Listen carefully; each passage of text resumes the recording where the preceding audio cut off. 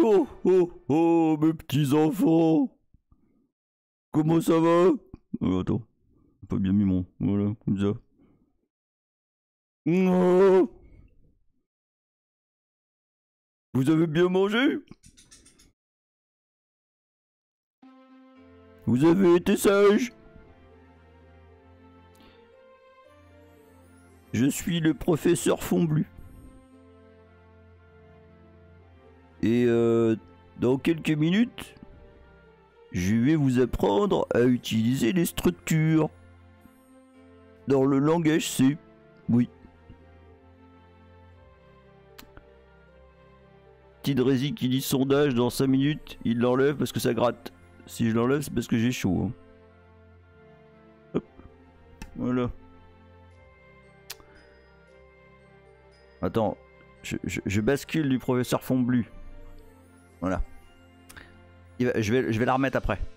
J'ai un rôle de composition après. Mais là, vous savez bien, on va laisser tout le monde arriver. Parce que bah là, on est samedi. Il y a le Dijon. Bon, on sait comment ça se passe. Hein. Salut tout le monde. Salut Léa. Salut Hardware Adresse. Cookatrix. John Livingstone. Orgrim. Télémac, Kitter Sauzé, Michael R, Tidrezi qui nous a fait un sub là avant même de commencer. Bim. Merci beaucoup Tidrezi. Ça fait bien plaisir comme ça, là on démarre direct avec un sub, c'est bon.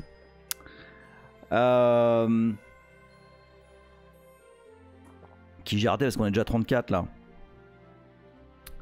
Acidose. Rogue One. J'ai vu passer René aussi. McCall, je sais plus sinon, je t'ai pas dit bonjour, salut McCall. Phaléon, évidemment X-Doomer. Toujours là. Qui manque la DRRB01, pardon. Salut à toi. Ah aujourd'hui j'ai des trucs rigolos à vous montrer. C'est pas très compliqué, mais c'est rigolo. Et j'ai mon truc de Père Noël là, qui va partout là. C'est pas. Parce qu'en fait, faut que je vous dise. En fait, il fait 20 degrés là. Donc du coup, je fais un effort spécial pour être habillé en Père Noël. Je meurs de chaud. C'est une catastrophe. Non mais DRRB ça se dit bien. Hein. Non t'inquiète, il y a DRRB01 qui dit il faut que je trouve un pseudo prononçable. Ça marche hein. Ah bah oui mais moi j'habite en Espagne là, j'habite à Valencia. Qui est un climat comment on dit subtropical, non ça a un nom semi-désertique, je sais pas quoi. Bon c'est quoi, il fait chaud. Non mais alors attention, ouais, oh. C'est pas non plus le désert, hein. On a un hiver. Pour de vrai, hein. On a un hiver qui démarre en général autour du 1er janvier. Et il faut quand même tenir jusqu'à mi-février, un truc comme ça, hein. Avec des températures pendant la nuit. Alors non, pendant la nuit, sans rien, pendant la nuit, ça descend jusqu'à 0,1. Pour de vrai. Puis dans la journée, ça dépend. Ça dépend. S'il y a du soleil, ça peut... On peut avoir du 10. On peut avoir du 10. S'il y a du soleil, bon... Donc s'il n'y a pas de soleil, plutôt 10. S'il y a du soleil, bon, ça peut monter à 20, ouais. Entre 15 et 20. Hein, c'est pas simple. Des températures de 18 degrés. Oui. Non, voilà, non, alors, là ça va. Là aujourd'hui c'est cool. Mais non mais je vous dis on est quoi là? On est le 11. Dans 20 jours. Hiver. Hiver avec du froid et tout. Où t'es obligé de mettre des manteaux. Enfin. Voilà. Oh là là, j'ai énervé tellement de monde avec le live de samedi là, avec les trucs des salaires et tout là. Ah, c'était drôle. Ah, c'était bien, hein. En plus, ce qui est cool, c'est que du coup, bah, moi j'ai balancé ce que je pratiquais, ou en tout cas ce que ma boîte pratiquait, sous ma menace évidemment, dans mes dernières années, là, 2021, 2020. Et puis bah c'était cool parce qu'il y avait des gens qui confirmaient que c'était pas déconnant, quoi. Donc voilà, c'est au moins ça, parce que je sais qu'on a du mal à parler de sous en général, surtout en France. Et c'est bien d'avoir un étalon comme ça qui vient pas d'un journal, parce que forcément les journaux sont un peu biaisés. Voilà. Triggy qui dit bonjour les gens de 2021 qui essayent d'enfin comprendre des langages de 1972. C'est tout à fait vrai, c'est tout à fait bien dit. Aujourd'hui, normalement, si je me chie pas et qu'on fait ça bien, qu'on a le temps de le faire et tout, pour ceux qui savent pas déjà, enfin qui comprennent pas déjà ce qu'on va voir, vous devriez comprendre un truc cool. Vous devriez avoir une forme d'illumination. En fait, l'épisode d'aujourd'hui va avoir deux parties. Une première partie qui va être dirigée par le professeur Fomblu. Donc le professeur Fomblu est professeur de langage C dans une école. Et il va vous apprendre à utiliser des structures, à vous dire ce que c'est. Et dans la deuxième partie, on va basculer dans autre chose. On va basculer dans un autre concept. Dans la deuxième partie, ça va être... non, on va pas faire de SM, c'est pas de la SM. Mais ça sera aussi des structures. On va aussi... on va absolument faire des structures. Mais ça va être différent. Voilà. Alors voilà, c'est ça. Exactement, X-Doomer. Pendant la première partie, vous serez tous au fond, près du radiateur. Voilà. Alors non, John Livingston, on va pas du tout faire d'objet. Du tout, du tout. On va vraiment faire... non, vraiment full C. Comme... Juste, on va le faire en mode classique. Puis après on va le faire en mode pas classique. Hein? Bon, je ferai pas ça tous les jours, hein, parce que c'est particulier quand même. Olive qui se resub tier 1 pour le 5e mois consécutif. Ça c'est un truc de ouf, hein. Parce que je vous le dis, hein, Olive 3 il a pas grand chose à apprendre de ce que je dis là, hein. Mais le fait qu'il soit là et qu'il se sub, c'est un spécial... une spéciale dédicace pour moi. Ça me fait très très plaisir.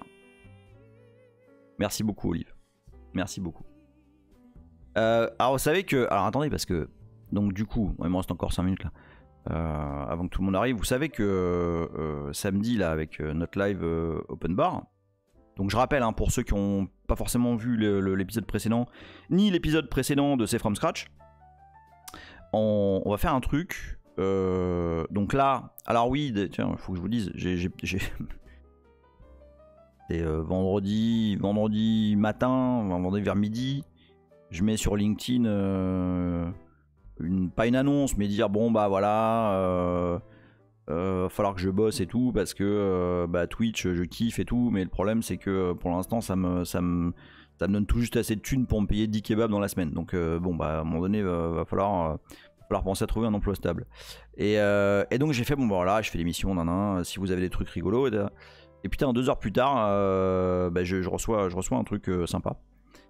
Donc il est pas improbable que d'ici peu j'ai du vrai travail pendant la semaine avec des vrais gens et tout. Néanmoins, donc ce que j'expliquais la dernière fois, c'est que donc je ne vais pas avoir le temps de préparer 2 lives par semaine, mais je peux parfaitement faire 2 lives par semaine. Ce que je veux dire, c'est que le live du mercredi, comme on l'a fait mercredi dernier, bon c'était un tout petit peu préparé, mais ça m'a pas pris longtemps. Le live du mercredi, ça va être un live un peu... voilà, pas en slip, mais open bar, discussion. Pourquoi pas, on pourrait parler de trucs techniques qui sortent, qu'on a vu passer, des choses comme ça. Enfin, voilà, un truc vraiment à bâton rompu où c'est plutôt en chat. Et puis le samedi, les choses un petit peu plus construites, ce qui me laisse une semaine complète, en tout cas les soirs et le matin, pour construire un truc et continuer les séries qu'on est en train de faire. Donc tout ça pour dire que si vous voulez des sessions où on raconte de la merde, bah c'est le mercredi soir à 21h. Et les sessions du samedi à 15h, bah c'est plutôt, voilà, comme aujourd'hui, on va faire des trucs un peu plus sérieux. Ou en tout cas, je pense. Attends, il y a des questions apparemment. Ah oui, non, alors ça, ouais, c'est ce que je voulais vous dire, juste, je finis. En fait,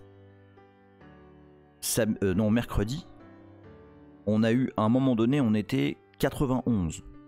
On n'a jamais fait ça. Donc en fait, j'ai l'impression que plus je raconte de la merde, et moins c'est structuré, et plus il y a du monde. Donc on va voir comment tout ça évolue. Hein, parce qu'à la fin, bon, aujourd'hui c'est prog objet en C. Non, pas du tout. Aujourd'hui, alors déjà, prog objet en C, non. D'accord? Non. C'est mal. Enfin, c'est pas mal, mais... Là, on fait vraiment... c'est from scratch. Donc, on apprend les notions de base pour faire du C, mais des notions de base, disons, différentes de ce qu'on peut apprendre dans les cursus classiques. Notions de base dans le sens, on comprend comment le C fonctionne. Voilà, et à quoi ça sert, et comment on utilise tous les éléments qui sont mis à votre disposition pour programmer du C. Okay, et petit à petit, on va aller de plus en plus loin. Alors attends, apparemment une question. Triggy qui dit, quand tu dis que tu as énervé des gens, c'est des gens d'ici qui sont allés dire 2 mots au RH, ou il y a vraiment des gens qui t'ont reproché d'avoir pris la parole? Non, la personne me l'a reproché. C'est... Non, on me l'a pas reproché. Mais j'ai senti que ça a agacé du monde. Voilà. Il y a eu des remarques, il y a eu des... alors je m'en branle, hein, mais alors super fort. Hein. Ouais, enfin voilà, je pense que vous le savez, hein, ce que j'ai à dire, je le dis. Et je pense que c'était important parce que... bah, il y a peut-être des gens dans le live qui avaient un niveau certain et qui se sous-évaluaient, quoi. Voilà.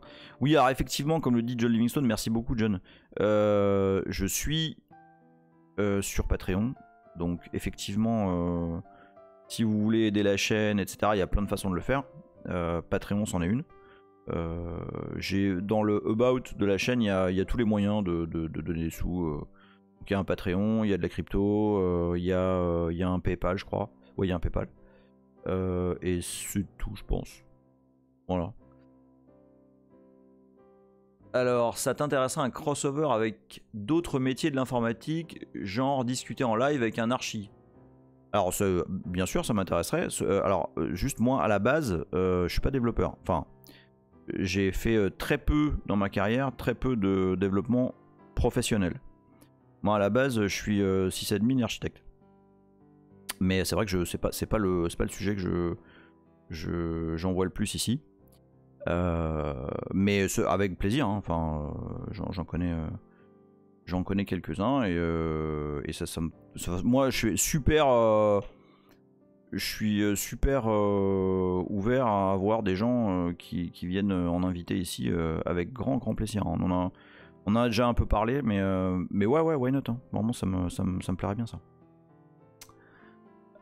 Toplin qui dit architecte, pas forcément dev, parce qu'en milieu pro, c'est la guerre entre eux et la prod. Ouais, moi, honnêtement, j'ai le pied dans les deux mondes. C'est vrai que c'est deux façons de réfléchir différentes. C'est vrai que c'est deux approches du monde de l'informatique un petit peu différentes.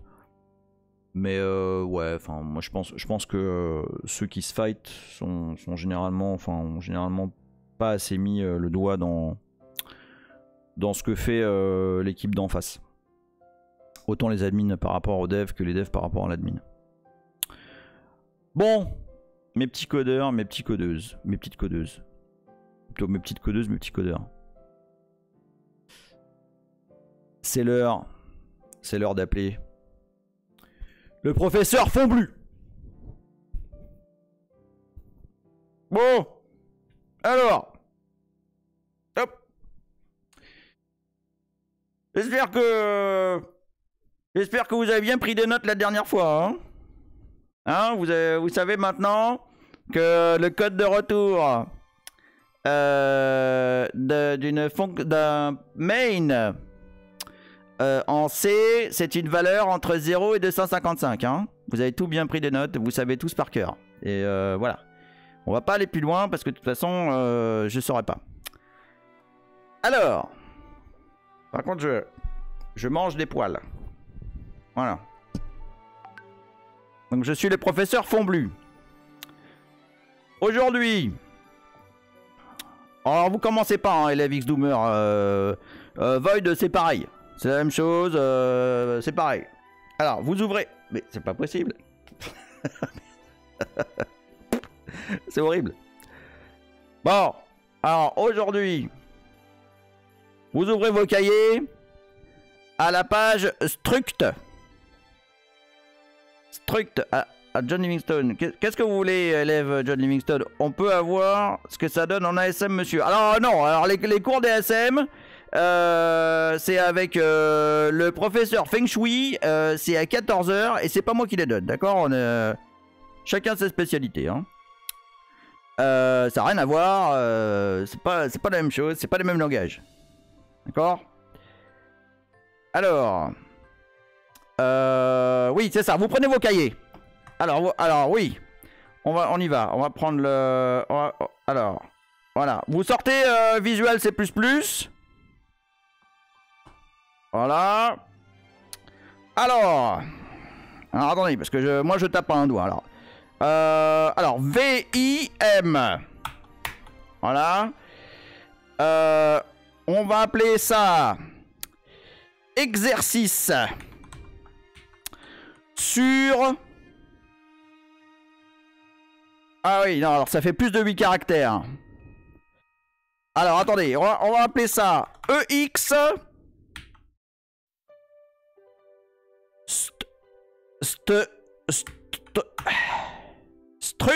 Struct. .c. Oui, et ceux qui n'ont pas Visual C++, vous pouvez utiliser WinDev. Hein. L'icône est sur vos bureaux, là. Voilà. Alors, donc, ça fait 9 caractères. Bon. Bon, moi, il faut que je tienne ça en 1 heure. Hein. Alors, on va faire struc. Voilà, struc. On y va. Allez, hop. Alors, dans nos notes, nous avons donc un programme commence toujours par int main. Comme ceci, n'est-ce pas? Et alors aujourd'hui, nous allons étudier un mot-clé du langage de programmation C qui s'appelle struct. Alors vous voyez, ça me met une petite couleur parce que c'est un mot réservé, hein, du langage. D'accord? Bon. Alors, comment ça marche? Qu'est-ce que c'est? Alors, comment ça marche? Je ne vais pas vous dire qu'est-ce que c'est parce que je sais pas. Alors, struct. On dit struct, par exemple. Alors, attendez. Alors, on va lui donner un nom. Hein, un nom très, très parlant. Mastruct. Mastructure.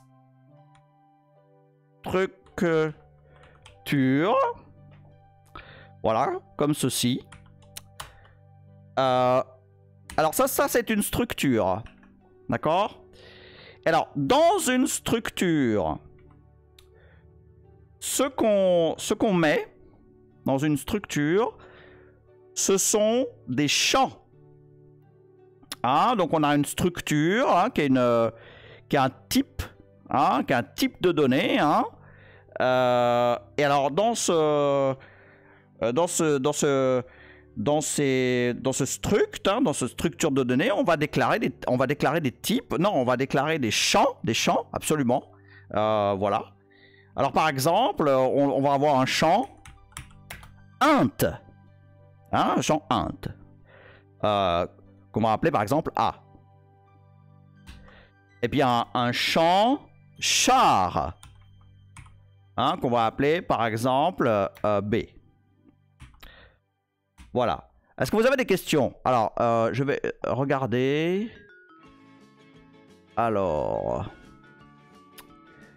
9 caractères, ok. Je vois. Alors, d'accord.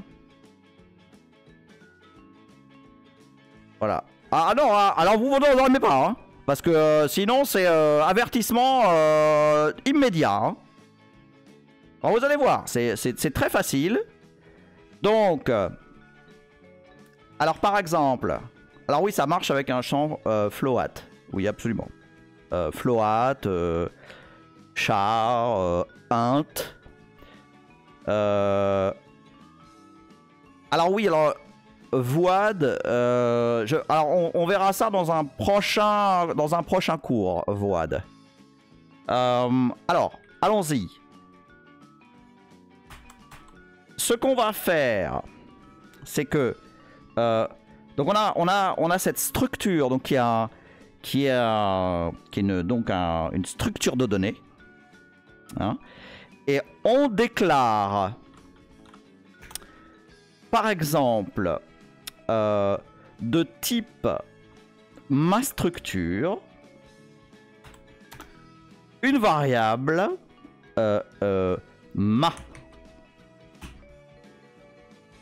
Est-ce que vous comprenez jusqu'à présent l'utilisation? Ah, c'est relativement facile. Hein, on déclare une structure dans laquelle il y a des champs. Et ça nous permet de déclarer une variable de type ma structure. Est-ce que vous suivez?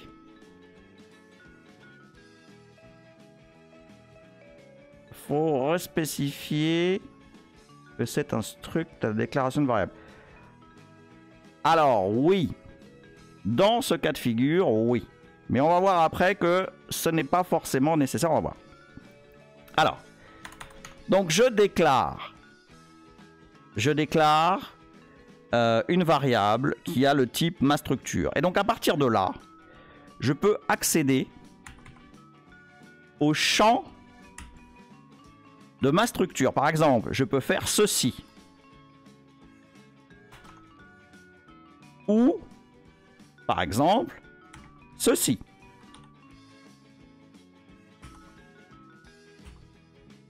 D'accord? Est-ce que vous suivez? Est-ce que vous suivez?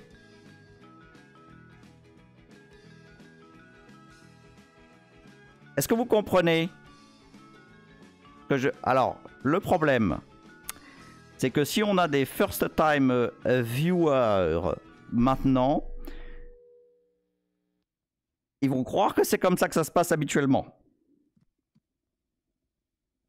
Je répète, je suis Monsieur Fontblu. L'autre professeur là, qui lance des commandes un peu colorées, hein, arrivera plus tard. D'accord? Alors, donc voilà, donc on déclare dans une structure des champs et on peut accéder à ces champs indépendamment ensuite. D'accord? Ah, seconde. Petit problème de barbe. Alors, le professeur qui ment tout le temps a un empêchement. Il va arriver dans quelques minutes. Voilà. Donc, par exemple, ici, je peux retourner ma.a. Ok, ceci fonctionne. Ceci fonctionne parfaitement bien. On va essayer. Donc voilà. Hop, cc-o x-struct. Voilà. Et donc là, très logiquement, alors, juste, permettez-moi de vérifier. Donc, ça va, très logiquement, normalement, je devrais avoir un code de retour de 1. Et voilà, c'est absolument ce qui se passe. Voilà. Alors, est-ce que tout le monde a suivi? Parce que, malgré ce que vous pouvez penser, tout ce que je vous ai raconté est vrai. Hein? C'est Fontblu, avec un B. Élève René. C'est professeur Fontblu. Fontblu, avec un B. Insolent. Alors, tout à l'heure, on m'a posé la question, est-ce qu'on est obligé de dire struct, ma structure, etc. à chaque fois? Eh bien non. On peut tout à fait faire ceci. On peut dire type def struct et la structure qui suit avec un nom. Donc par exemple, ma structure, comme ceci. Hein? Et finalement, déclarer ma variable ma avec le type ma structure de cette façon. D'accord? Est-ce que vous êtes d'accord? Donc, est-ce que vous comprenez? Hein? On définit un nouveau type, absolument, c'est exactement ça. Voilà. Oui, alors l'autre professeur, celui qui ment là, arrive dans quelques minutes. Ne vous inquiétez pas. Donc, si je refais ceci, donc c'est pareil, ça marche tout à fait. Voilà, on retourne 1 et on est très content. Voilà. D'accord? Est-ce que vous comprenez? Donc alors, ce mot-clé type def permet de redéfinir en quelque sorte une variable. D'accord? Donc par exemple, je pourrais tout à fait dire, regardez, c'est très élégant. C'est très élégant. Si je fais type def int winInt32. Hein? Comme vous voyez, c'est quand même très élégant. Hein, c'est le genre de choses qu'on utilise dans des systèmes d'exploitation professionnels comme par exemple Windows Server, hein, un système d'exploitation professionnel qui est utilisé à des fins industrielles, non pas comme ces systèmes d'exploitation communistes utilisés par des hackers. Hein, tout à fait, voilà. Alors, ici, je peux par exemple maintenant utiliser cette nouvelle variable, winInt32. Ah, ça ne marche pas comme dans Visual Studio. Voilà. Voilà, donc là maintenant, cessez. Vous êtes très dissipé aujourd'hui, hein? Je sens que je vais vous mettre des cols.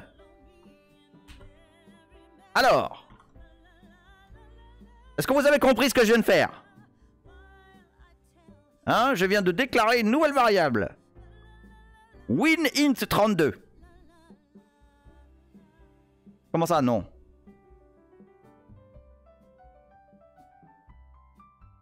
C'est... Élève Léa, c'est un système professionnel. Quoi, non? Quand vous comprenez pas?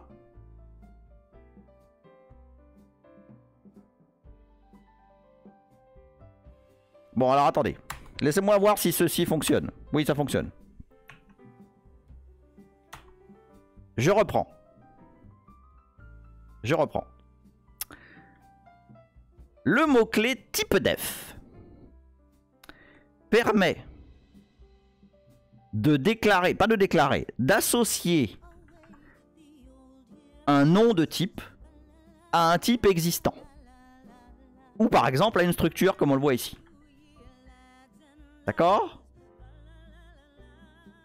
Vous avez déclaré un nouveau type de variable, pas une nouvelle variable. Alors, élève Alexia Gossa, je vous suggère d'être un petit peu moins insolente.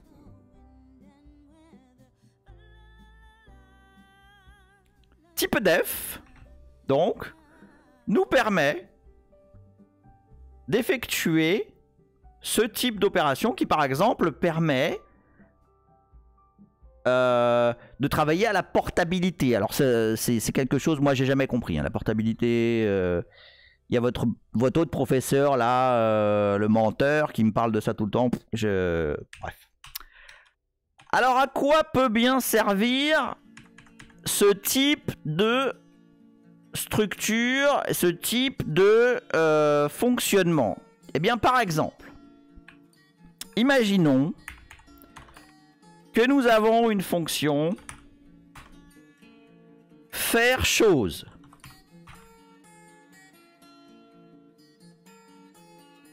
Hein? Et que... Oui, alors, élève Alexia Gossa, que voulez-vous dire par 0 fois 1000 fois? Je ne comprends pas. En tout cas, 1000 fois, c'est très bien. Oui, c'est très bien. C'est très bien. Votre autre professeur, là, je vois mettre des 0 fois aussi tout le temps. Ouais. Bon, alors, on continue. Hein. Admettons que je déclare une fonction pour laquelle j'ai énormément de paramètres. Hein. J'ai un int a, int b, char, étoile de p, ça je sais pas vraiment à quoi ça sert. Et puis, je sais pas, float de f, etc., etc., etc. Bon. Vous comprenez que c'est un petit peu agaçant de devoir taper ces paramètres tout le temps, à chaque fois. Surtout s'ils sont au sein d'un même environnement, d'un même concept.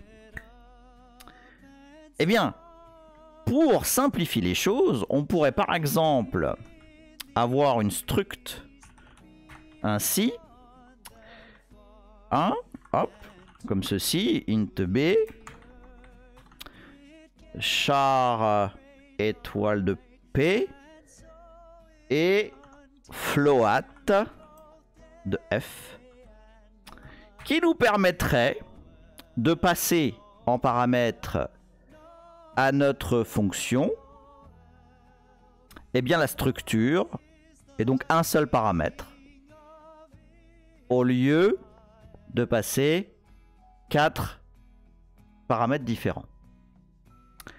Alors, élève Triggy. Alors, oh là là, j'ai beaucoup de questions. Oui, voilà. Après les bits, c'est faire quelque chose, c'est déjà passé au sein. Je ne comprends pas. Xdemeure, monsieur, au lieu de passer des paramètres, vaut mieux tout déclarer en global. Ah, je vois que nous avons un élève particulièrement studieux et intéressé. C'est une très bonne remarque, élève Xdoomer. Triggy. Non, mais même si tu trolles et que c'est très drôle, personne n'arrive à être attentif à ce que tu racontes. Ça devient un vrai bordel. Bon, alors d'accord. Bon, alors.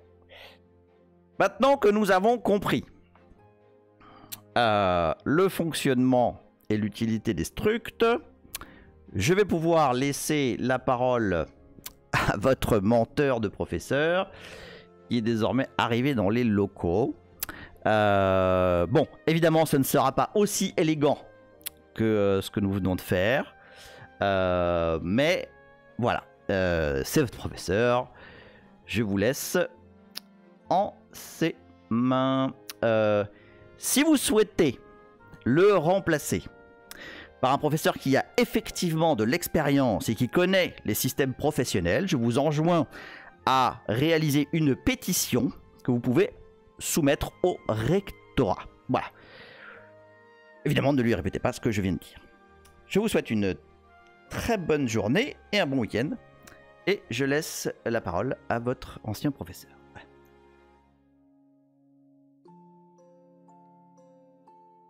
Bon. Vous avez appris des trucs?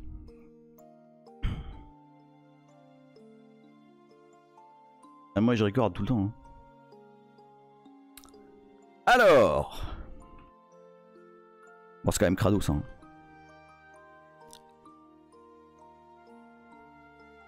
Alors. Bon. Après, ce qu'il a dit, c'est vrai. Hein. À la fin, on déclare un nouveau type. Et puis, ça permet d'utiliser, effectivement,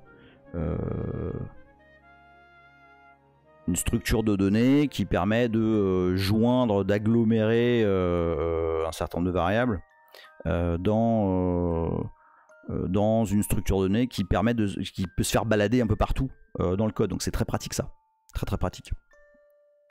On va faire un petit exemple un peu plus simple.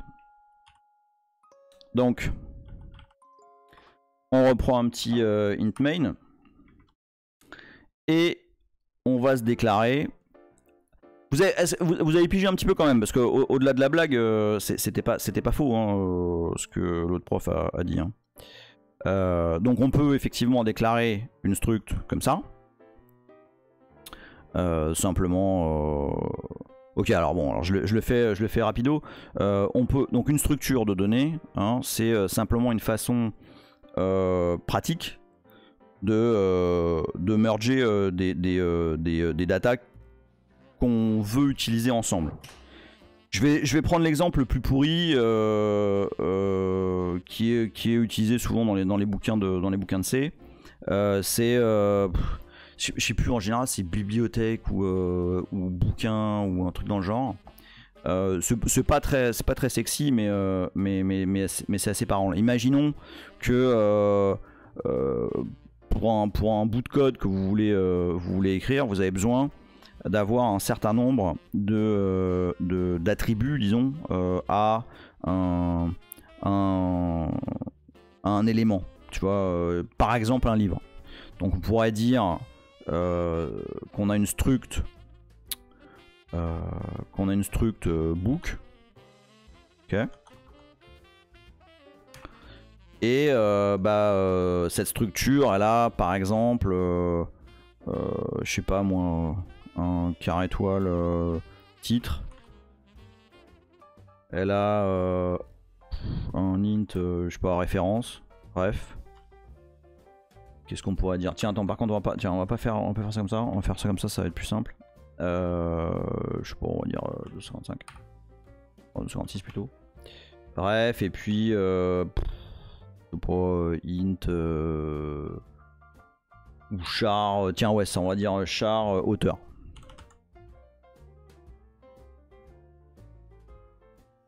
Ok. Sache que ouais, float en prix, tiens. Ouais, bonne idée. Hop, float price. Voilà. Donc ça, oui, unsigned int, ref, tu as tout à fait raison. Alors oui, mais oui, unsigned. Voilà, unsigned int ref. Donc ça permet par exemple de déclarer une variable de ce type là. Struct book B. D'accord? Et à partir du moment où on a déclaré B comme une structure de book, et pas on peut dire B, B. Ah, le problème c'est que j'ai pas encore parlé des fonctions de copie de string, donc je veux pas trop. J'ai pas envie de trop élaborer là-dessus. Mais par exemple B.ref égale, je sais pas moi, 100. D'accord? Et puis après, bah, effectivement, si on a une fonction, je sais pas, une fonction stuff, et ben on peut lui passer B. D'accord? Et B, et ben elle a accès, la fonction stuff, elle a accès à B en entier, et donc elle a accès au titre, à l'auteur, machin, sans avoir à passer 50 paramètres d'affilée. D'accord? Vous avez suivi là ou pas? C'est bidon, hein? C'est une façon d'agglomérer des variables au sein. Alors, mais c'est un passage par valeur. Oui, là, je fais rien de sexy là. Hein. Là, c'est vraiment, je passe une copie du truc et puis potentiellement la fonction va en faire quelque chose. On n'a pas toujours besoin de modifier le contenu des variables. Pour l'instant, on est d'accord que c'est relativement easy. Hein. Vous êtes d'accord avec moi ou pas? Non, t'inquiète, Michael R. On va parler de tout ça juste après. On est bon? On va faire une petite structure. Très simple.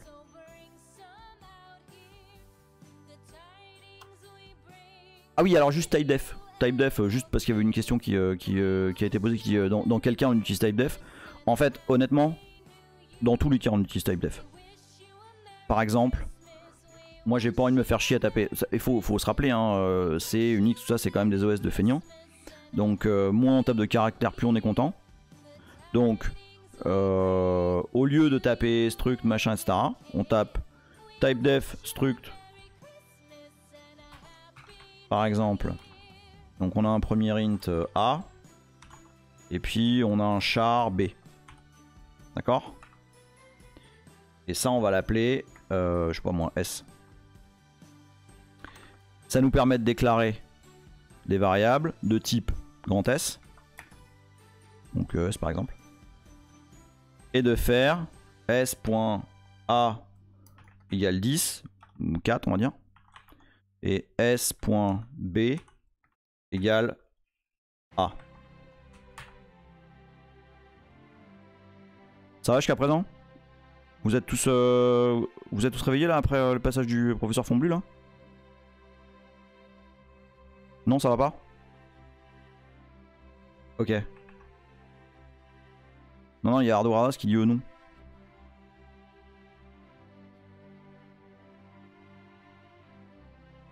Alors, en Torbebs, on va en parler tout à l'heure. Essayez de pas trop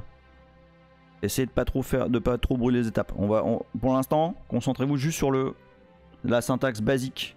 Alors attends. Le S, il fait quoi derrière le... Ah, en fait, c'est l'alias. Regarde. Ok, je comprends ce que tu comprends pas. Regarde. Typedef, la syntaxe c'est typedef, le truc qui existe, donc par exemple int, et l'alias qu'on veut lui donner. Plop int. D'accord? Bah là c'est pareil. Là tu dis typedef, cette struct là, je vais l'aliaser sur S. Ok? Quand je dis que S, qui est là que j'ai déclaré ici, grand S, c'est un type, et petit s, c'est la variable de type grand S. Je sais pas, je peux faire un truc plus explicite. On va faire test, voilà, test S, ok. C'est juste que là j'ai aliasé le mot test, okay, avec un grand T. De façon standard, les structs en fait elles ont, enfin la première des structs est en majuscule. C'est lui camel case en struct bizarrement. Ok, c'est la même chose que là. J'alias plop int sur int.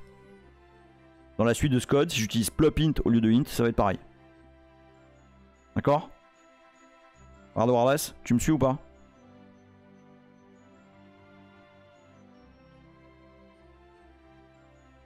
Donc là en fait tout ce que je fais, c'est que j'éclare une variable de type, donc une variable S de type test. C'est tout. D'accord? Ouais, la convention pour les structures, c'est uppercase, ouais. Enfin, première lettre uppercase. Voilà. Donc jusque là, rien de très compliqué, hein, on est d'accord? Un tour sur le pad. Ah merde, ouais, putain. Attends. Oh là là, merde. Alors attends. Bon, alors Yoda s'est abonné avec Prime. Boum. Alors c'est bon, Yoda il s'est abonné pendant, pendant le cours du professeur Fomblu. Et bravo quoi. Merci Yoda. Ça fait bien plaisir, bien plaisir. Pour toutes les raisons que tu sais. Ça me fait bien plaisir. Pouvoir du nain, type def, void void, ça marche. Oui, ça marcherait absolument. Type def, void void, ça marche. Ça sert à rien, mais ça marche. Yoda avec un type def int, winint 32. Est-ce que les deux types sont compatibles? Bah oui, complètement. C'est un alias, c'est purement un alias. Tu dis quand je déclare, si je fais winint 32a, bah ce sera un int. C'est pareil. McCall, prof, peut-on faire type def int float? Ouh, je sais pas ce que ça donnerait ça, hein. Ça risque de chier, hein, ça risque de chier. Je présume que le compilateur a envoyé chier. Tidredi, des cas d'usage où se passer de type def est pertinent, je vois pas, honnêtement. Peut-être pour un truc vite teuf comme ça, mais je vois pas de raison particulière de pas faire de type def. Attends, hardware qui donc S égale test et test égale la struct, c'est ça? Oui, c'est ça. Enfin, attention, c'est pas égal, hein. C'est S est de type test et test est effectivement équivalent à la structure. C'est absolument ça. Yoda, si tu déclares le type book dans main, stuff connaîtra le type book. Non, tu as raison, c'est une excellente remarque. C'est une excellente remarque. Stuff ne connaîtra pas le type book. Il va falloir que ça, je le déclare en haut, hors de mon main. C'est généralement le genre de truc qu'on trouve dans un include. D'accord? McCall, intéressant de voir tout à l'heure comment tout ça est enregistré en mémoire. Tout la suite comme un tableau avec des longueurs différentes. Alors c'est là où ça devient intéressant. C'est là où ça devient intéressant. J'enlève ça. Ici, on déclare un type, d'accord, un type de données, et on déclare une variable avec ce nouveau type. Ce que vous a appris le professeur Fomblu, c'est que ça, bah, c'est un truc magique.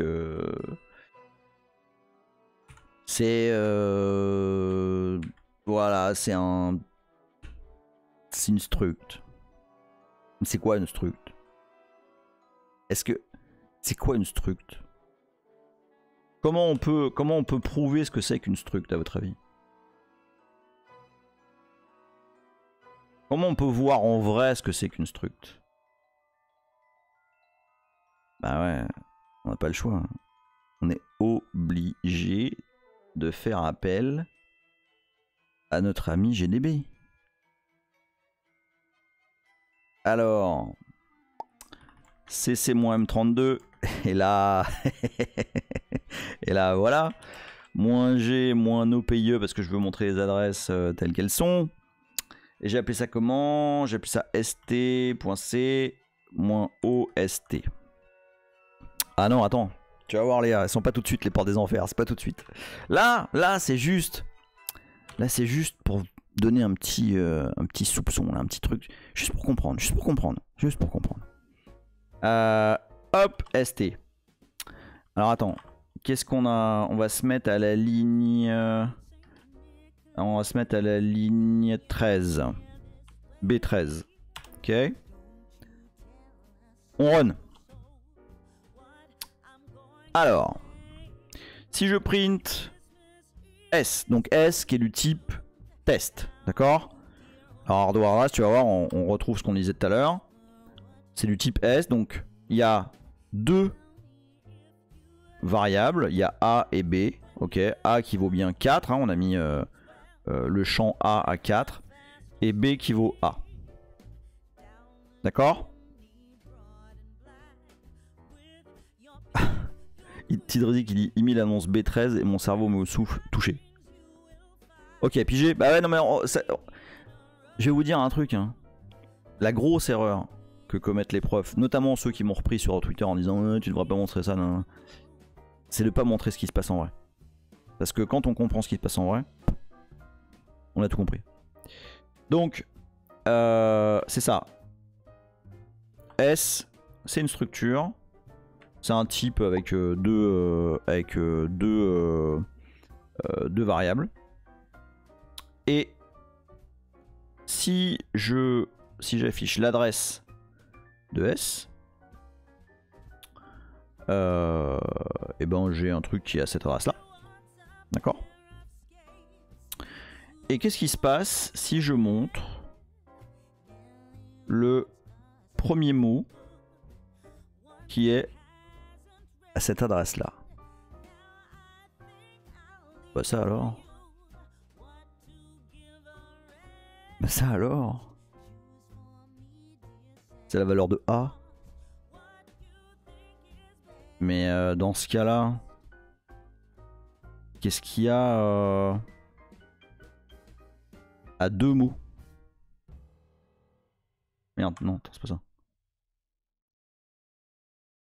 Oh bah dis donc. Notre 41 qui est là. 41 c'est A.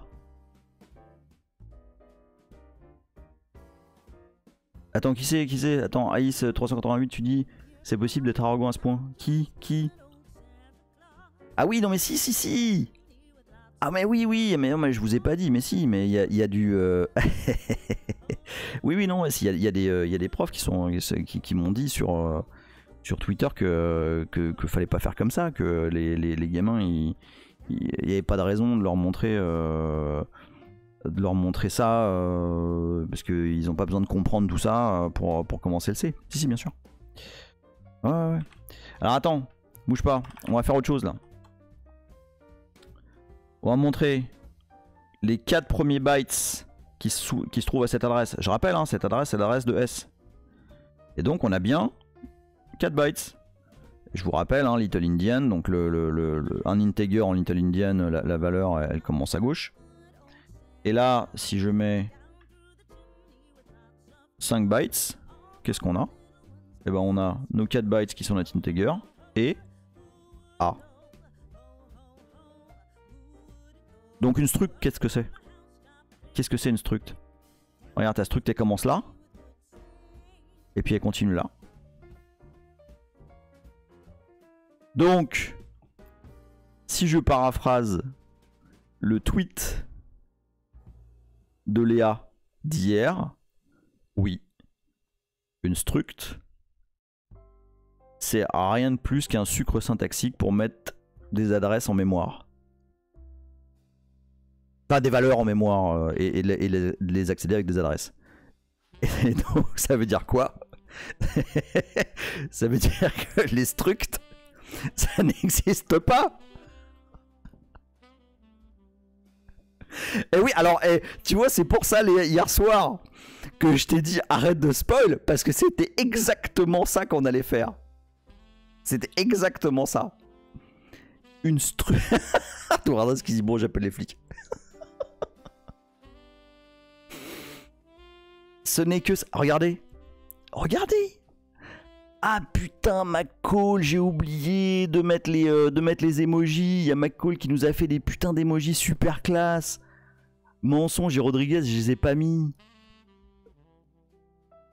Treggy qui dit ça existe un peu quand même, puisque les processeurs font des adressages basés indexés. Mais oui, non mais bien sûr. En vrai, ça sert quand même, tu vois. Mais regardez, c'est que ça. Tu vois, regarde là. Là ici on a notre int A, et puis là ici on a notre char B. Voilà, 0x4, 0x41. Bon. C'est un gâteau syntaxique, dit Ace 388. Alors. Bon, c'est intéressant ça. First time chat from viewer. 10 au bout de 10, les structures n'existent qu'à la compilation. Et la phrase correcte. C'est tout à fait vrai. C'est tout à fait vrai, 10 au bout de 10. C'est 10 au bout de 10 ou 10 au bout de 10. C'est effectivement exactement ça. En fait, c'est pas vraiment ce que je vous dis, c'est pas vraiment depuis le début, ces sucres-là ne sont pas des mensonges, c'est des choses qui existent à la compilation. Alors attends.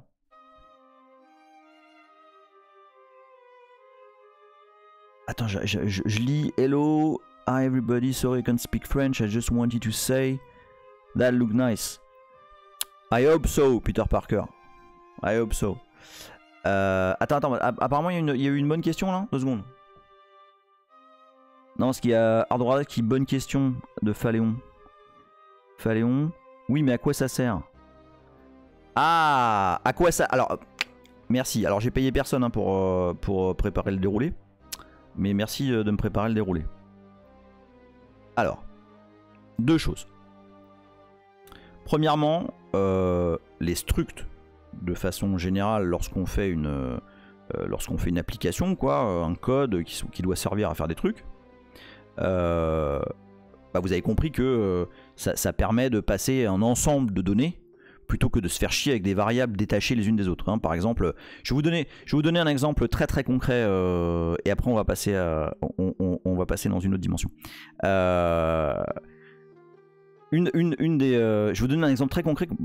Par exemple, pourquoi moi j'ai utilisé des structs, j'en utilise plein tout le temps, mais il y a un code que j'ai fait qui s'appelle packaging, qui est un gestionnaire de package, dans lequel il y a plein de fonctions qui ont besoin d'avoir plein d'informations. Si tu vas voir les gars, qui ont besoin d'avoir plein d'informations sur le package. Sa taille, son nom, son extension, sa description, son emplacement dans l'arbre des packages, etc. Bon, je vais pas passer à chaque fonction l'ensemble de ces variables. D'accord? Je passe aux fonctions qui ont besoin de manipuler le package une structure dans laquelle il y a plein d'informations sur le package en question. D'accord? Vous allez voir, on va voir ça bien en détail là. C'est clair là ou pas? Vous comprenez une première utilité des structures? Ok. Maintenant.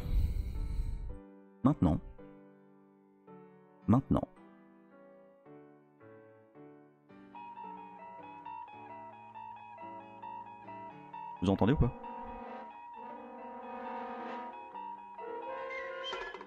You're traveling to another dimension.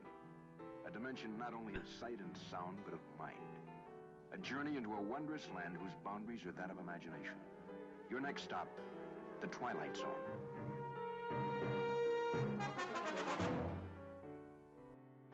Eh oui. Eh oui. Nous entrons maintenant dans la Twilight Zone. Ah, là on change de registre. Ok. Nous avons... C'est le bordel dans le truc CFS. Nous avons un bout de code qui s'appelle ST là, qui est un binaire exécutable. On est d'accord? Ce binaire... Ah merde, il y a un fichier de WQ, sérieux? Bah non. Si? Non. Ah si. Voilà.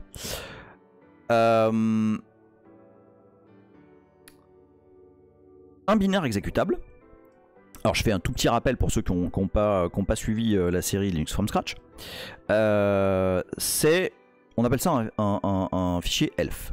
Okay, comme tous les fichiers, disons, binaires, librairies, etc. Ce sont des fichiers elf. Un fichier elf, c'est un fichier que le noyau sait utiliser. Et par exemple, ah, je peux baisser, tu veux que je baisse un peu la musique? Ok. Voilà. C'est un fichier qui est donc compris par le noyau, dans lequel il y a un certain nombre de propriétés qui permettent au noyau d'exécuter le fichier en question. D'accord? Il y a une commande qui s'appelle readelf, qui permet de regarder les en-têtes d'un fichier elf. Donc par exemple, si je regarde notre fichier là, notre exécutable de tout à l'heure, st, et ben on voit un certain nombre de choses, il y a tout plein de propriétés, etc. Ces propriétés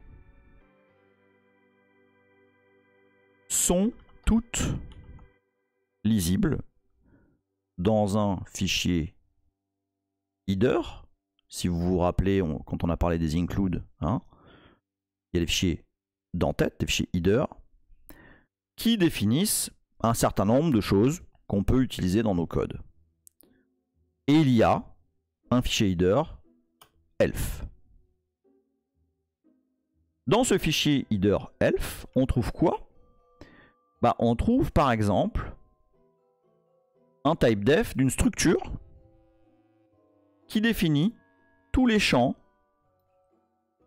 qu'on trouve dans un fichier elf. Super, mais qu'est-ce qu'on fout avec ça? Vous allez voir. Je vous l'ai dit, un fichier elf, c'est donc par exemple un exécutable. Et par exemple, si je prends... tiens, je m'étais fait un petit alias... Attends, je vais vous montrer ça là. Je m'étais fait un petit alias pour faire d'un binaire un shellcode. Donc je le retrouve. Donc c'était ça. C'est bin2c, ouais, c'est ça. Je vous mets la commande, la commande complète. Donc avec xdump en fait, si je prends le fichier st, donc le binaire là, qu'on vient de créer, si je fais ça, l'hexadécimal que vous voyez là, en fait c'est le contenu du fichier binaire. Ok, hein, si on fait un cat de st, ça va être de la merde. D'accord? Vous me suivez là ou pas?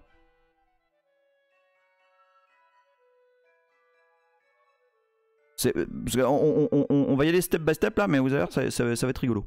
Yoda qui dit, peut-on mettre des valeurs par défaut dans une définition de struct? Non. Non. Ok. Alors maintenant, je vais remettre un truc à l'écran que certains, enfin que ceux qui ont suivi Linux from scratch connaissent. C'est la définition d'un fichier elf. Okay, et un fichier elf en 32 bits vaut... Enfin, sa taille vaut 54 bytes. 52 bytes, ok? Ou 64 bytes en 64 bits. D'accord? Je vais prendre... Ouais, c'est ça. Attends, je vais faire un petit calcul de tête, là. Ça fait combien? Parce que là, en fait, il y a 4... là, il y a 4 caractères. Donc, si je fais... Ça fait 4, ok. Donc ça va être 52 x 4.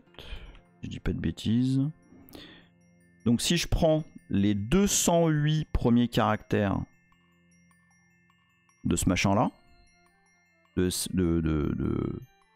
la version hexadécimale de ST, j'ai... Attends, je vous remets le... Merde, j'ai oublié le... Tac. Si je prends les 208 premiers caractères de l'hexadécimal de ST, je vais avoir le header elf, on est d'accord? Cut 1 208. Merde. Pourquoi c'est pas ça? Ah oui, moins C. Alors déjà c'est moins C et ensuite c'est 208 comme ça. Voilà. Ça là, c'est le header elf de l'exécutable ST. Alors je vérifie juste si vous suivez là. Hein.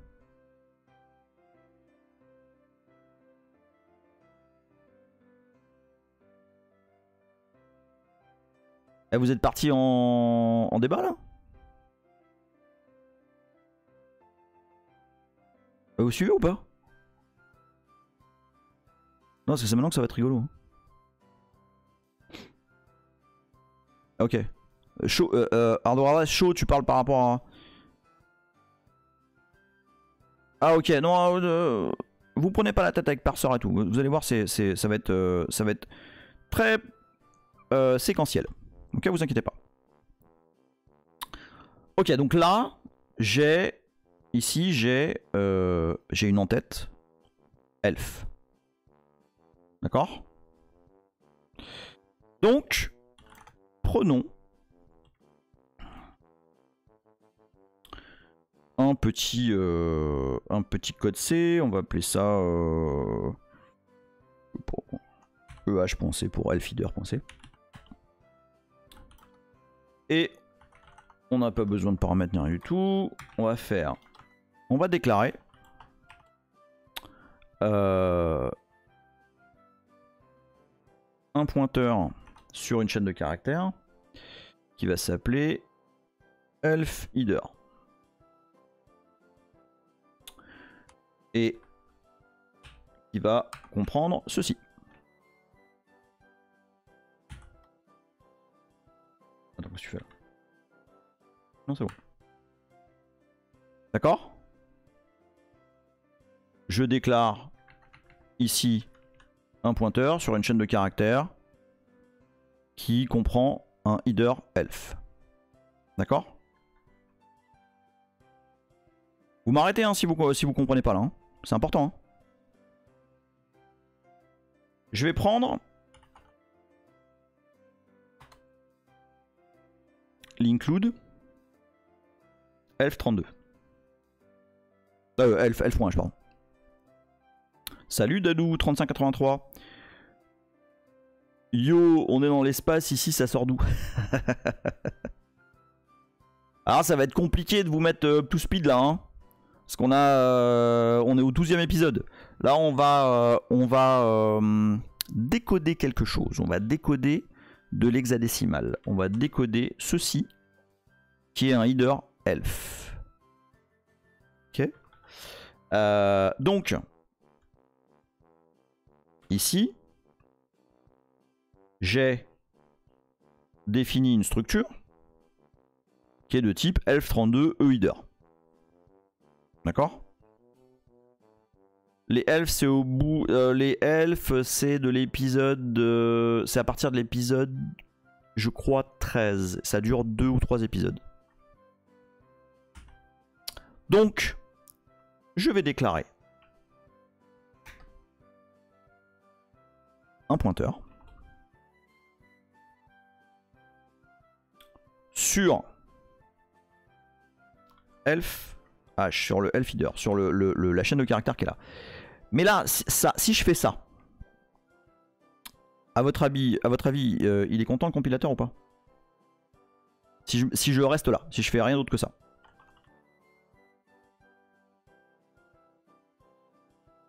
Qu'est-ce qui va se passer si j'essaie de builder ça? EH. Et bah il va me dire hey, t'es gentil mais c'est pas le même type là. D'accord? Ah oui, en plus il manque l'include, t'as tout à fait raison. T'as raison, merci Kitersoze. Il y en a un qui suit hein. Donc include elf.h. Voilà. Bon, néanmoins, ça va pas marcher. Et tu as tout à fait raison Michael R. Là ici, en fait, j'essaye d'assigner un truc qui est de type carré étoile, donc un pointeur sur une chaîne de caractères, vers un truc qui est de type elf32 header. Et non Léa, il faut pas faire un malloc parce que tout ce que je fais là, c'est assigner des adresses. Ni plus ni moins. Là, ici, c'est un pointeur, donc c'est une adresse qui va aller pointer sur un truc qui est déjà là, qui est lui-même un pointeur sur une adresse, sur une chaîne de caractères, sur un char. D'accord ? Donc ici, ce que je dis, c'est que attention, c'est un pointeur de type Elf32 E-Header. Oui? Ouh, je sens qu'il y a du PLS là.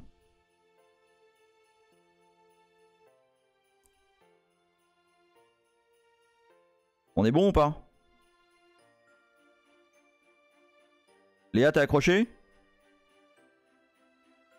Ici, là, je pointe vers une chaîne de caractères qui est quelque part dans l'exécutable, qui est en l'occurrence dans une zone qui est en read-only. Et ici, je déclare un pointeur, donc il y a de la place. Hein. Quand je déclare un pointeur ici, il y a de la place pour une adresse. Hein. J'ai pas besoin de m'alloquer quoi que ce soit. Il y a ici, il y a absolument la place pour une adresse 32 bits. Et là, en l'occurrence, je suis en train de compiler en 64 bits en plus. Et donc, je pointe vers une chaîne de caractères qui est elf-h, qui est ici, mais qu'en fait, je caste en elf32 header. C'est toujours une histoire de taille. Non, non, t'as pas du tout besoin d'allouer pour une struct, hein, mais pas du tout. Ok. Qu'est-ce que je peux faire à partir de là? Alors attendez, c'est là que c'est rigolo. Vous pigez là ce code, hein? Je déclare un header en binaire. Alors non, caster c'est pas concaténer, surtout pas. Caster c'est forcer le type. D'accord? Là je dis au compilateur, attention, ce truc là en fait tu vas y accéder comme un pointeur elf32 E-Header. Ok? Bon, on y va. Donc qu'est-ce qu'on fait? Ah oui. Ah attends, je pourrais peut-être... Non, ça va le faire. Comment il s'appelle? Il s'appelle EH. Alors. Ah merde, j'ai pas mis de symbole de débugage. Donc, manger. Est-ce que j'ai besoin d'autres fioritures là-dedans? Non. On y va, liste, et puis je vais mettre donc ligne 9. B9. Et run. Bien. On a à ce stade une variable EH qui pointe vers une chaîne de caractères, oui. Mais EH, c'est une structure. Alors regardez bien. Tab tab. Oh. J'ai accès à tous les champs qui sont ici. Ça veut dire que par exemple, si je regarde E-Entry, alors je vous montre, hein. Je vous montre juste dans le Firefox les noms des champs. Hein, parce que là, donc le file leader il est là. Ok, on a un premier truc là qui est. D'ailleurs, on va d'abord montrer le magic number. Donc là, hein. Et puis bah là, par exemple, on a le type. On a par exemple le type de machine. On a le point d'entrée. On a la version, etc. etc. Alors, est-ce qu'on a accès à tout ça? On va voir. Tiens, j'enlève le Firefox. Donc, par exemple, si je regarde, moi je veux... Attends, c'est comment le premier truc déjà? C'est le Magic. Le Magic, il s'appelle comment? Il s'appelle E-Ident. E-Ident. Oh, mais regardez, regardez! Oh! Le Magic Number! Il est là. Regardez si je fais E-Entry. Oh, mais qu'est-ce que c'est que ça? Mais c'est le point d'entrée d'un binaire elf 32 bits. Non, sans tous les trucs de protection, etc. J'ai fait exprès. Hein. Ok?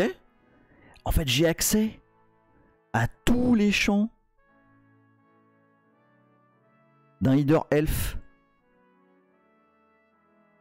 Et alors effectivement, Tidrezik, tu as raison. Là, je fais un truc un peu spécial. c'est que pour accéder au champ de la structure, au lieu de mettre un point, je mets une flèche. En fait, lorsque la structure est un pointeur, on accède au champ de la structure avec une flèche et non pas avec un point. Voilà, il faut le savoir. Est-ce qu'il y a... Attends, il y a des questions là. Il y a plusieurs questions sur la différence entre point et flèche. Bon voilà, bah, du coup je viens de le dire. Donc voilà, une struct qui est un pointeur en fait, on y accède avec une flèche, avec tiret supérieur. D'accord. Là si on fait, si on print EH.entry, on va se faire envoyer chier. Ah bah non tiens ça marche. Ça marche probablement parce qu'on est dans GDB. Mais là, puisque c'est un pointeur, si on utilisait ça en C, on serait obligé de faire EH flèche entry. Okay, là c'est de la facilité GDB. Ce qui est pratique, tiens, je savais pas qu'on pouvait faire ça. D'accord. Pourquoi ils ont dissocié la flèche du point? Honnêtement, j'en sais rien. Pourquoi? Je sais pas si... Peut-être Alexia, tu le sais. Je saurais pas dire. Je sais que effectivement, lorsqu'on a une structure qui est de type pointeur, on doit accéder au champ avec une flèche. Mais je sais pas. Je ne saurais pas. Je ne sais pas expliquer. Je me le note pour la prochaine fois. Voir si je peux trouver une explication réelle là-dessus. Oui, après ce que dit John Livingstone est vrai. Il faut bien pouvoir spécifier si tu travailles sur une valeur ou sur une adresse. Néanmoins, le compilateur pourrait être assez malin pour le détecter. Tu vois, par exemple, en Go, je pense pas qu'il y ait cette distinction. Mais oui, alors, oui, la flèche est du sucre syntaxique comme tout le reste. Ah oui, alors, ceci dit, pouvoir du nain, tu as absolument raison. On pourrait tout à fait faire étoile de PA point le champ. Enfin, étoile du truc point le champ. Ça marcherait, ça. Ok, alors, on va regarder quelques champs encore, là, histoire de se convaincre que ça fonctionne. Par exemple, je sais pas, on peut regarder... tiens, ici c'est quoi? Tiens, E-machine. Donc E-machine. On va regarder ce que ça nous dit, là. Boum. E-machine. 0x3.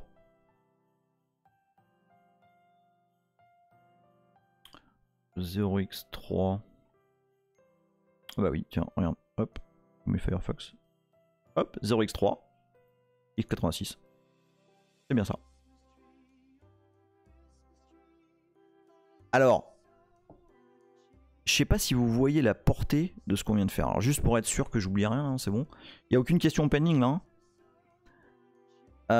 AIS 358, la vraie raison c'est que étoile de A est différent de A flèche à cause de la précédence et que mettre des parenthèses pour un truc aussi fréquent, ils ont dû trouver que c'était chiant, donc sucre syntaxique avec flèche.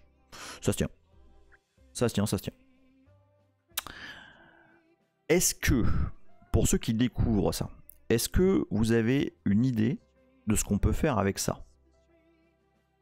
Parce que là, ce qu'on a fait, hein, on a pris le binaire purement et simplement, la valeur hexadécimale du header elf, et puis on l'a casté. Ah, mais non, mais tu me casses mes trucs, Michael R, là.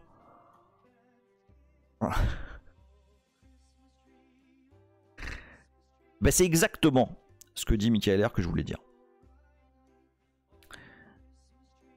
Par exemple, si on est capable de caster de la sorte des valeurs hexadécimales qui transitent quelque part dans votre machine, eh ben on peut par exemple caster des paquets réseau. Et par exemple, coder sa propre pile TCP/IP sur des valeurs hexa qui transitent. Vous pigez l'intérêt de ce truc là? En fait... Ah bah oui non, ça donne des idées, c'est clair. Hein. En fait, ces structs, la façon dont elles sont implémentées, organisées, etc., hein, ce qu'on a vu tout au début, le fait qu'en réalité une struct c'est finalement un espèce de machin flat en memory qui permet d'adresser finalement des variables fonction de leur adresse et des tailles comme d'habitude. Hein. Et ben ça permet de caster des paquets qui arrivent à la volée. Et c'est exactement comme ça que fait le kernel par exemple. D'accord? Possible de parler de mmap, pas tout de suite. Pas tout de suite. Et d'ailleurs, mmap on en parlerait plutôt dans Linux from scratch. Donc je pense qu'on va pas tarder à refaire un épisode. Une question, la structure mémoire de ton struct, il est spécifié où? Et il dépend de la bonne volonté de ton compilon. Bah non. Tu vois, par exemple, la struct là qu'on a utilisée, elle est là. Attends. Elle est définie absolument dans un include, dans l'include elf.h. Et le compilo, il a rien à voir là-dedans. Hein. La struct, elle est alignée comme ça. Ok. Et elle fait absolument celle-là 52 bytes. D'accord. Et ces trucs-là, comme on a vu tout à l'heure là, dans GDB, sont absolument alignés les uns derrière les autres. D'accord. Tac tac tac, ça ok. L'alignement mémoire de ton compilo n'a pas le droit de faire ce qu'il arrange, du coup bah pas sûr. Bah non, s'il commence à foutre le bordel sur les structures là, tu vas être un peu problématique quoi. Et tout à fait en Torbebs, les structures c'est ce qui manquait au B et qui a poussé Richie et Kernighan. En fait c'est Richie. Kernighan il explique dans une interview qu'on lui apporte bien trop de crédit, même si évidemment c'est une brute internationale, mais il n'a pas participé tant que ça en fait au C. Voilà. Bon, je vous avais dit que c'était pas, ça allait pas être ouf de complexe, enfin j'espère en tout cas, mais qu'on commençait à mettre le doigt dans quelque chose de sympathique en termes de ce que ça permet de faire. Tiens, Alexia qui dit: je viens de regarder un vieux bouquin de C du début des années 90, il n'y a pas d'explication réelle sur le choix du point et de la flèche. Bah tiens. Hein, vous imaginez hein, maintenant, enfin là, en fait je me suis tâté sur le type de binaire à exploser pour vous montrer comment mapper de l'hexa sur une structure. J'avais pensé à une image, j'avais pensé effectivement à une capture réseau, j'avais pensé à plusieurs trucs. Finalement je me suis dit bon, on va raccrocher les morceaux avec les épisodes sur Elf. En plus c'est bien documenté, c'est assez parlant, on peut faire ça avec un binaire et tout. Et du coup j'ai choisi ça. Mais vous comprenez qu'on peut faire n'importe quoi. Enfin là vous prenez n'importe quel fichier de votre machine et vous le mappez avec la structure associée. D'accord ? Quand on a un JPEG, un PNG ou machin, on prend la struct dans JPEG.h, PNG.h, etc. Et puis on accède au champ du format de l'image. C'est absolument comme ça. Kiter Souzé qui dit: tu saurais nous montrer comment reverse une struct via Ghidra? Non. C'est quoi Ghidra? Je connais pas. Dadou, on peut faire un système d'exploitation? Oui. Le MBR. Oui, je pense pareil. Attends. Avec ça comme ça, mapper la structure, oui, mais il faut penser à packer la structure. Oui. DRAB, les structs, c'est super utile pour stocker les données en mémoire flash sur un microcontrôleur, tout à fait. Ah, ok. Ghidra, c'est un soft de reverse. Ok. Développé par la NSA. Hein. Le truc, tu le lances, le premier truc qu'il fait, c'est il fait un find slash. Léa, on est obligé d'avoir que des données fixes. Alors ça dépend ce que tu appelles fixe. Par exemple, dans le header elf, tu as des champs qui sont en fait des adresses vers d'autres headers. D'accord. Ok. Ouais, un truc de hacker. Mais non, mais ça se dit, ça m'intéresse. Hein. Fallait un récap sur une struct qui est un pointeur, s'il te plaît, par rapport à une struct qui n'est pas un pointeur. Ok. Alors on va faire ça rapido. Donc, ici, dans... Attends, comment j'ai appelé ça? Dans eh.c. Moi, j'ai pas déclaré de struct. Elle est déclarée directement dans le header elf. Ok, voilà, c'est une struct, elle est déclarée de la sorte. À aucun moment ici on parle de pointeur ou de quoi que ce soit. D'accord? C'est moi ici qui dit. En fait, il n'y a pas de notion de struct qui est de type pointeur, struct qui n'est pas de type pointeur. En fait, il se trouve que là, mon objectif ici, c'est d'aller pointer sur une adresse. D'accord? Sinon, il faut que je copie chaque élément de ce truc-là dans une structure EH qui n'est pas un pointeur. Je peux faire ça, mais c'est quand même pourri. Donc là, en fait, ce que je fais, pour simplifier les choses, c'est que je prends ça, c'est une adresse, ok? Et cette adresse va pointer là-dessus. D'accord? Et il se trouve que une fois que ça, c'est casté sous forme de structure elf, bah on peut accéder au champ. Ok? Parce que c'est simplement de la data alignée en mémoire. Ok? C'est clair ce que je viens de dire? Parce que ça peut paraître... En fait, c'est vraiment... Tiens, attends, je vais peut-être si je fais un petit dessin. J'ai pas préparé... J'ai pas préparé MyPaint, mais ça devrait le faire. Attends. Bouge pas. Hop. Ah ouais, alors attends, parce qu'on m'a dit que quand j'étais sur MyPaint, en fait, on voyait pas le chat. Bon, c'est pas grave. Hein. Hop, bah si. Ah, c'est quand je suis en MyPaint full screen. Attendez. Bougez pas. Hop. C'est bon là? Ok. Attends. 2 secondes. Faut que je lock le stylet sur le premier écran. Une petite seconde. Ouais, j'avais pas prévu de faire des dessins, c'est pour ça. Où est-ce que c'est? C'est là. Hop. Hop. Voilà. Normalement, maintenant, il est bloqué ici. Voilà, c'est ça. Alors, on y va. Donc, ici, j'ai une chaîne de caractères. Où il y a écrit... alors, je fais simple. Hein, elf. 0, 1... je sais pas, 7, 3... etc. Ce truc-là est à une adresse. Ok, on va dire que c'est à l'adresse 0x1000. Ok, pour faire simple. Ok. J'ai déclaré, comment je l'ai appelé? Char étoile de elf h. Il pointe là-dessus. D'accord? Derrière, j'ai déclaré une struct de type elf 32 header, donc, qui est un pointeur également, qui pointe, là-dessus. D'accord? Cette structure, elle a par exemple, c'est quoi le premier déjà? Le premier s'appelle eIdent. Cette structure, elle a un champ eIdent.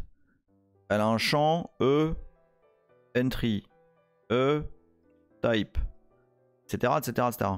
Bon, bah eIdent, on sait qu'il fait, 16 fois 8 bits, okay, 16 caractères.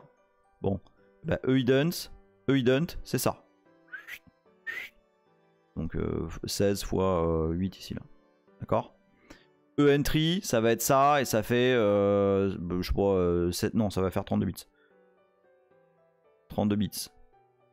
Et ça va prendre 32 bits ici. Etc. Etc.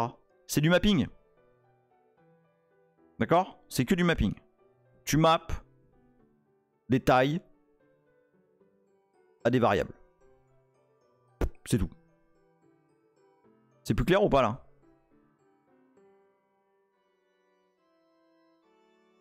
Là, si je simplifie encore, vous me dites, hein. C'est clair là, Hardwardas? Et Phaléon aussi qui me demandait des explications. C'est tout con, hein. En fait, c'est comme... on force le truc, quoi. Mais si, regarde, ouvre la bouche, tu vois, finalement t'es un F32 Hider, tu vois. Mais si, regarde, tu vois. C'est ça.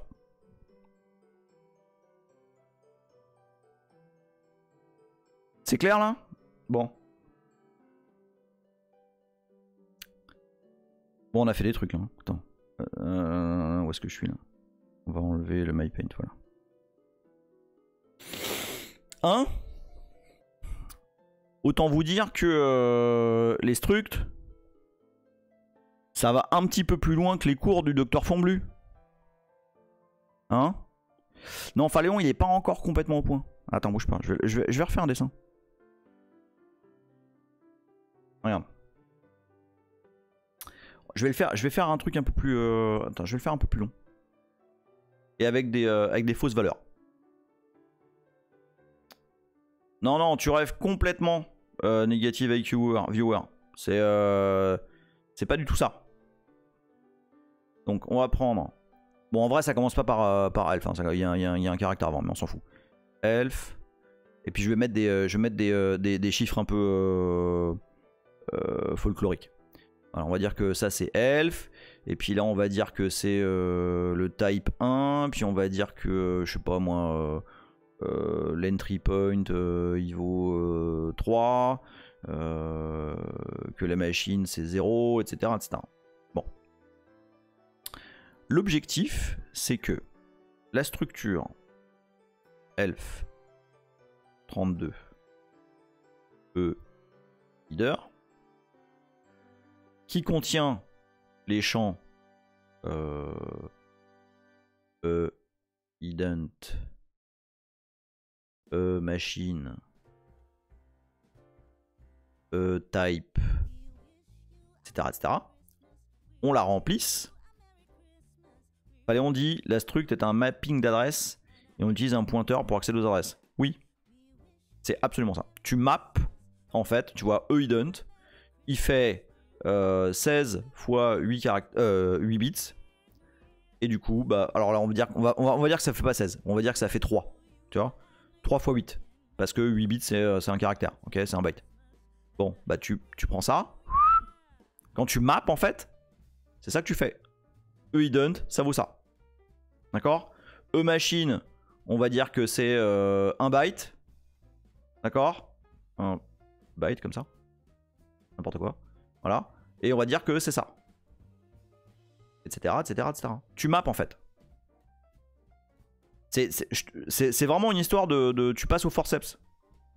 Okay, si je le fais, verticalement, pour que ce soit plus simple, on va dire que E, L, F, ça c'est ident. Ça, on va dire que c'est type. Etc, etc. Ça va là?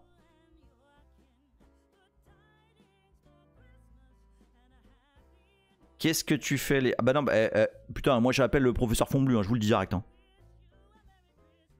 Prends une chaussette de Noël, on ferme un droit, il l'accroche à la chemise. Vous voyez, est-ce que vous voyez l'étendue des perspectives de ce bordel-là? Hein? À partir de là...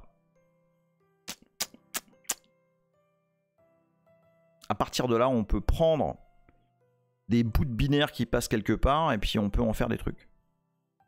Hein? Open bar, totalement open bar. Bon, ça va. Ça a été dur là ou c'est bon? C'est rentré chez tout le monde là.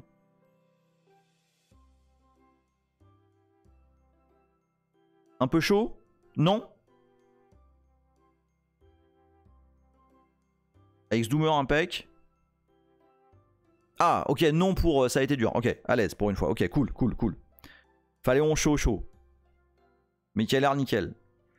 Ça manque d'ASM, mais là franchement, si j'avais mis de l'ASM là-dedans, ça aurait compliqué les choses. Là, il n'y avait pas besoin d'ASM. Il y a besoin, voilà, il y a eu du GDB, c'est ça qui était nécessaire pour comprendre l'organisation des trucs. Aller sur de l'ASM, c'était pas nécessaire. Non. Voilà, voilà. Bon, mesdames, messieurs, pour ceux qui regardent ce replay sur YouTube, essayez de vous sub et de lâcher des comments et des likes, etc. parce qu'il me manque des subs encore. Là. Je galère là, sur les subs. Et puis, je vous remercie. Je vous remercie d'avoir assisté au live en ce samedi. Je vous donne rendez-vous mercredi soir à 21h pour le live Open Bar.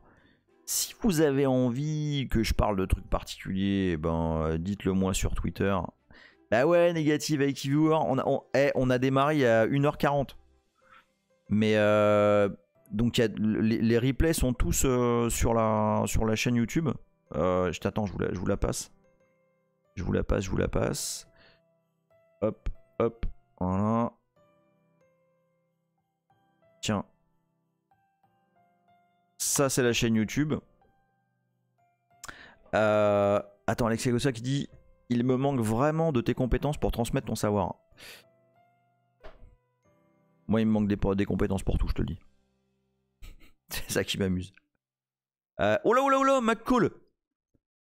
Ah non. Encore Anonymous. Attends, c'est la teuf là. Un Anonymous Gifter 5 tier 1 subs. Je ne sais pas qui tu es, Anonymous Gifter. Mais tu es beau. Oh, Phaléon aussi. Ah mais ils attendent la fin quoi. Mais vous êtes beau là, sans déconner. Mais merci Anonymous Gifter. Non, sérieux, c'est beau. Hein. Je sais pas qui t'es, mais tu claques, franchement tu claques. Et merci Phaléon encore. Phaléon, je vous rappelle que Phaléon c'est un gifter. Enfin tous les quasiment tous les lives, il file des subs. Voilà, c'est un donateur généreux. Merci beaucoup Phaléon. Alexia, écoute, ouais, j'espère en tout cas. L'idée c'est quand même d'essayer de faire comprendre au maximum de gens l'utilité des langages de plus bas niveau, essayer de casser les FUD et les rumeurs et les trucs de merde qu'on peut voir sur différents réseaux, sur le C, essentiellement par des gens qui ne comprennent pas en fait le C, donc c'est fâcheux. Et puis de comprendre le low level quoi. C'est important de savoir ce qu'on manipule. Voilà. Bon, merci à vous tous. Je vous fais des bisous. Je vous souhaite un bon week-end. Et je vous dis à mercredi pour de nouvelles aventures. Et si vous avez des idées, dites-le moi. Bisous à tous.